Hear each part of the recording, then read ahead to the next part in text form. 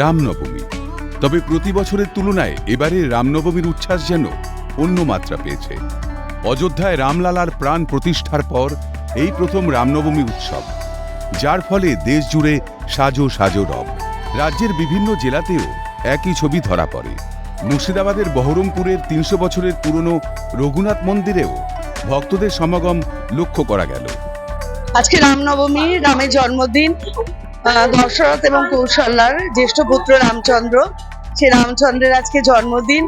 আমরা হিন্দুরা সমারোহে এই দিনটা পালন করে থাকি। এই তো সকালবেলা এলাম, এই মন্দিরে পুজো দিলাম। এত সুন্দর পরিবেশ, এভাবে এত সুন্দরভাবে পুজো দিয়ে যে দিন শুরু করলাম, সারাটা দিন আশা করি ভালোই কাটবে। আগেও পুরনো এটা পুজোটা, কিন্তু আমরা 10-12 বছর ধরে আসছি। কারণ খুব ভালো লাগে আসতে। এই বিষয়ে এখানে আমরা পুজোতে আসি, খুব ভালো লাগে। এবং আগে থেকে অনেক ভিড়ও হচ্ছে এখানে।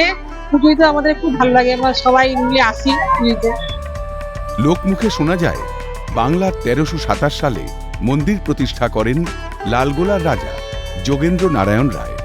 শুরুতে মন্দিরের দায়িত্ব ছিল রাজপরিবারের। পরে মন্দির কমিটি ট্রাস্টের আওতায় আসে। সারা বছরই নিত্য পুজো হয়। বর্তমানে এলাকার নাম রঘুনাথ তলা, যা এই মন্দিরের নামেই পরিচিত। আমরা ছোটবেলা থেকেই মেলাতে আসছি। খুব ভালো লাগছে। বলার তো অনেক কিছুই ছিল, এখন কি বলবো। রাম মন্দির উদ্বোধন হওয়ার মধ্যে আমাদের আরো বেশি আনন্দ হচ্ছে।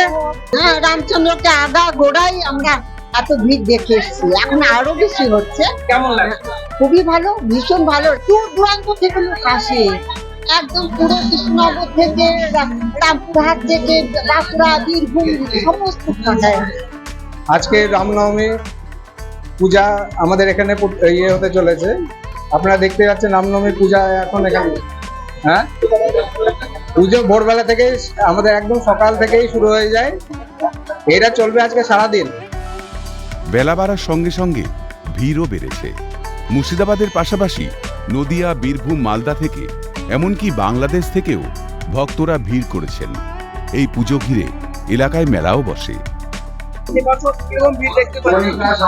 একটু বেশি, আগের বছরে এসেছিলাম, কিন্তু তার তুলনায় একটু কম ছিল। এবছর বেশি, 2 ঘন্টা ধরে লাইন দিয়েছি, সেই 6:30 থেকে 8:30 এখনো পৌঁছায়নি না। আজকে আমাদের ভোর 4টে থেকে পুজো পাঠ শুরু হয়েছে। সারাদিন পুজো চলবে এবং আগামী কালকে আমাদের কীর্তনিয়া আছে কলকাতা থেকে আগত, এবং আমাদের 3 দিনের মেলা চলবে। এদিন ভক্তদের উল্লাস ছিল চোখে পড়ার মতো। 8 থেকে 80 খুশিতে মেতেছেন সকলে।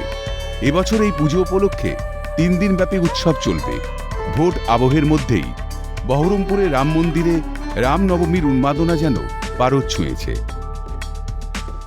মুর্শিদাবাদ থেকে মৃন্ময় গোস্বামীর রিপোর্ট, ক্যালকাটা নিউজ।